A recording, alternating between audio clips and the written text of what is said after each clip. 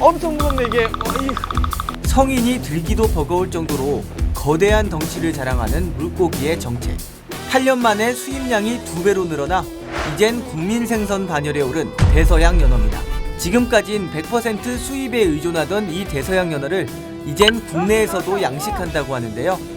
국내산 대서양 연어 직접 만나러 갔습니다. 동해안에 있는 강원도 환동해본부. 동해 바닷물을 끌어와 대서양 연어 양식을 연구하는 곳입니다. 수조 안에는 엄청난 크기의 연어들이 가득 있는데요. 민물에서 자란 새끼 연어들을 데려와 해수 순치 과정을 거친 뒤에 바닷물에서 키운다고 합니다. 지금부터 여기서 양식하는 대서양 연어 중에서 가장 큰 연어를 한 마리 한번 잡아보겠습니다. 그렇지. 그렇지, 잡았다. 우와! 우와! 힘이 엄청 세네. 네, 우와! 우와, 이거 꼬리가, 꼬리로 막 날 때려! 야!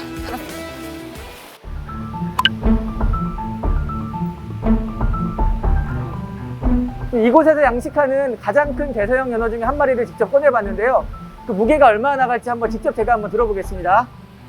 와, 왜 두 손으로, 와, 엄청 무겁네 이게. 와, 길을 한번 재보겠습니다. 95cm인 거죠 지금? 거의 1m 가까이 되네. 와.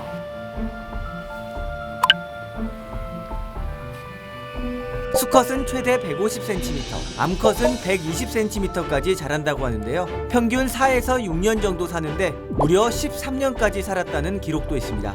국내에도 연어가 사는데 왜 굳이 대서양 연어를 데려와 양식을 하는 걸까요? 대서양 연어는 일반 천연어와 다르게 한번 산란하고 나서도 죽지 않고 그 다음에 또 알을 가지는 특성이 있습니다. 지금 일반 연어보다 우리 대서양 연어가 성장 속도가 2배 이상 빠르기 때문에 양식할 때 경제성도 굉장히 좋습니다. 그럼 국내에서 키운 대서양 연어의 맛은 어떨까요? 제가 한번 먹어보겠습니다. 부드러우면서도 확실히 그게 숙성이 안 되고 방금 이제 막 해체되는지 몰라도 쫄깃한 맛이 좀 살아있고, 아무 소스를 찍지 않고 먹었는데도 연어 특유의 고소함, 그 기름기가 확실히 입안에 확 도는 게 느껴져요.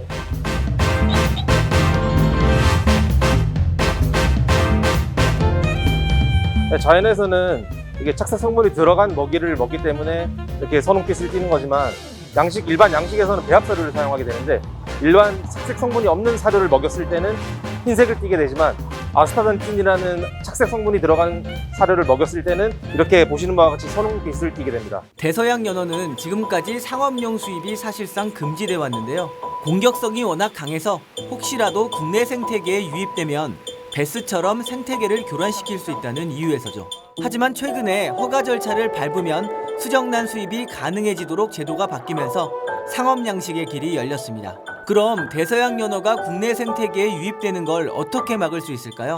그물막을 설치한다든가 이중 구조로 시설물을 설치한다든가 어떤 생태계 교란이나 외부의 유출을 근본적으로 차단할 것입니다. 노르웨이산이 아닌 국내산 대서양 연어를 조만간 마트에서 만날 수 있을까요?